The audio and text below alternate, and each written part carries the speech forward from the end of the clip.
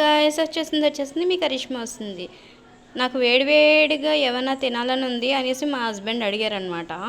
ఏమున్నాయని ఆలోచిస్తే ఇంట్లో పావు ఉన్నాయి. సో పావు బాజీ చేద్దాం కదా అని వచ్చేసా. దానికి కావాల్సినవి బంగాళదుంపలు, carrot, beans, capsicum, cabbage, matar. ఎలా చేస్తానో చూద్దురండి. ఉడకపెట్టేసుకోవాలి. నేను కుక్కర్లో వేసుకున్నాను. సో ఇందాక మర్చిపోయాను అనమాట టమాటా వేయడం. సో ఈ టమాటా కూడా వేసాను. దీన్ని అన్నీ ఉడకపెట్టేసుకుందాం. వెజిటబుల్స్ అన్నీ కుక్కర్లో పెట్టాము, అవి ఉడుకుతున్నాయి. లోపల మనం ఉల్లిపాయలు, పచ్చిమిరకాయలు వేపుకుందాము. ఇప్పుడు స్టవ్ వెలిగించి ప్యాన్ పెట్టాను. దాంట్లో నేను బటర్ వేస్తున్నాను. అది కొంచెం ఆయిల్ కూడా వేసుకుంటున్నా. ఆనియన్స్ని, పచ్చిమిర్చి వేసేసుకున్నాము. రెండు బాగా వేపుకుందాం. ఇవి వేగుతుంటే అల్లం వెల్లుల్లి పేస్ట్ కొద్దిగా వేసుకొని వేపుకుందాం. అందులోనే కొంచెం చిక్కడు సాల్ట్ వేసుకుందాం. ఉల్లిపాయలు, పచ్చిమిరపకాయలు అన్నీ వేగిపోయినాయి. ఇప్పుడు వెజిటేబుల్స్ కూడా ఉడకబెట్టి వేసేసాను. దీన్ని మనం దీంతో బాగా మెత్తగా చేసుకోవాలన్నమాట. ఇది నలిపేసుకొని పెట్టుకున్నాం కదండి. ఇప్పుడు పసుపు, కారం,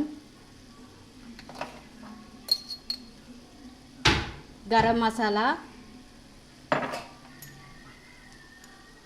పావు బాజీ మసాలా, ఇందాక సాల్ట్ వేసాం కాబట్టి చిటికెడు సాల్ట్ వేసుకున్నాం కదండి. ఇప్పుడు మళ్ళీ మసాలాలన్నీ వేసుకున్నాక మళ్ళీ ఒకసారి కలుపుకుందాం. బాగా నలుపుకుంటే ఇది ఎంత బాగా నలుపుకుంటే అంత బాగుంటుంది అన్నమాట కర్రీ.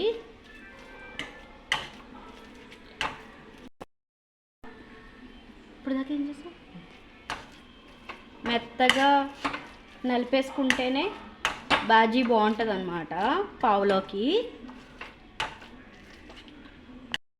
అన్నీ వేసుకున్నాం కదా, దీన్ని మెత్తగా కూడా చేసేసుకున్నాను. ఇప్పుడు వాటర్ వేసుకుంటున్నాను.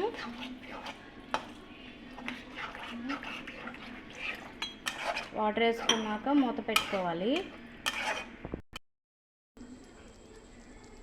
బాజీ రెడీ అయిపోయింది.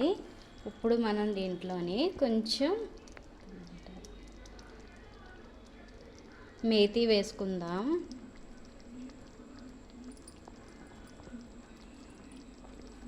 ఓకేనా. నెక్స్ట్ కొత్తిమీర వేసుకుందాం.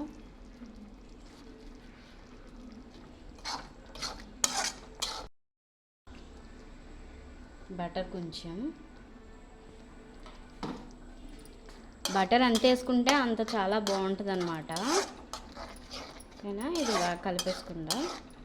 ఇప్పుడు మనం కర్రీ రెడీ అయిపోయింది. ఇప్పుడు కర్రీ అయిపోయింది కదా, బాజీ అయిపోయింది. ఇప్పుడు పావు మనం రేక్ వేసి దాని మీద కాల్చుకుందాము. కొద్దిగా బటర్ వేసుకుందాము. కొద్దిగా కారం, కొత్తిమీర వేసుకొని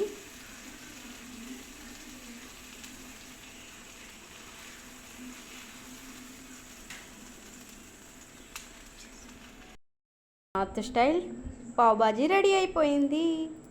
ఈ వీడియో కనుక మీకు నచ్చినట్లయితే లైక్ చేయండి, షేర్ చేయండి, కామెంట్ చేయండి, సబ్స్క్రిప్షన్ చేయండి. మళ్ళీ నెక్స్ట్ వీడియోతో మళ్ళీ మీ కరిష్మా వస్తుంది. Bye bye.